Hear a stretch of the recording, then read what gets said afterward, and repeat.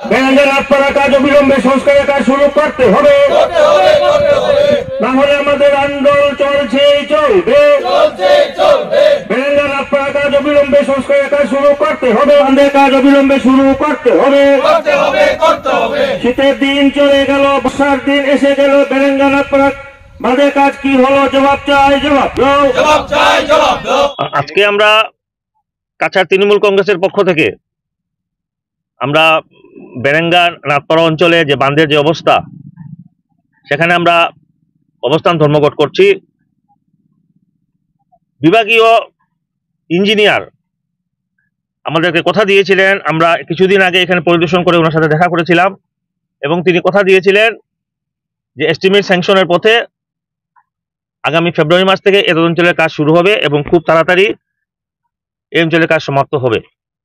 কিন্তু আমরা তখন ওনাকে জিজ্ঞেস করলাম যে সমস্ত শুকনার মরশুম শেষ হয়ে যাচ্ছে, আপনি বলছেন ফেব্রুয়ারি থেকে কাজ শুরু হবে। তখন তিনি আমাদের কথা দিয়েছিলেন অল্প লেট হয়েছে, কিন্তু খুব তাড়াতাড়ি করে এত অঞ্চলের কাজ শুরু হবে। এবং সে ব্যাপারে আমি একটা কথা বলতে পারি যে বিগত 10-15 বছরের মধ্যে এবারে যে শুকনার মরশুম সবচেয়ে লং পিরিয়ড হয়েছিল, কারণ লাস্ট 6 থেকে 7 মাস কোনো বৃষ্টি বাদল হয়নি এবং অত্যন্ত সুযোগ ছিল সরকারের কাছে, ডিপার্টমেন্টের কাছে, যে এই এলাকার কাজটি শুরু এবং সমাপ্ত করার।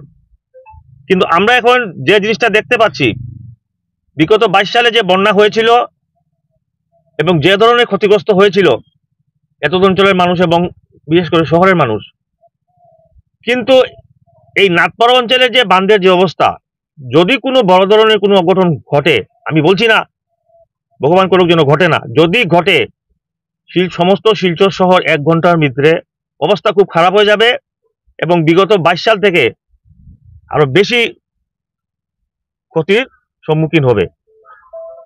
পেপার খুললে, মোবাইল খুললে বিভিন্ন নিউজে দেখা যায় আসাম সরকার 700 কোটি, 800 কোটি, 2000 কোটি, 3000 কোটি, 4000 কোটি, শুধু টাকা আর টাকা। কিন্তু আজকে পর্যন্ত এই নাথপাড়া অঞ্চলের বাঁধের স্যাংশন কেন করা হলো না এবং কেন কাজ শুরু হলো না তা আমরা জানতে চাই। এবং আমি প্রশাসনের কাছে, সরকারের কাছে অনুরোধ রাখছি যে অতি সত্বর এই অঞ্চলের কাজ শুরু করা হোক, যাতে করে মানুষ যেন আর কোনো বিপদের সম্মুখীন হন না। এবং আমি বিশেষ করে লোকাল এমএলএ, এমপি এবং বরাক ডেভেলপমেন্ট যিনি মিনিস্টার, ওনাকে অনুরোধ করছি যে অতি সত্বর নাথপাড়া এবং বিশেষ করে কাছাড় জেলার বিভিন্ন কাঠিগড়াতে আমরা দেখেছি, বরখলাতে আমরা দেখেছি বিভিন্ন বাঁধের অবস্থা খুব খারাপ, সেই বাঁধগুলো যেন সংস্কার অতি সত্বর করা হয়।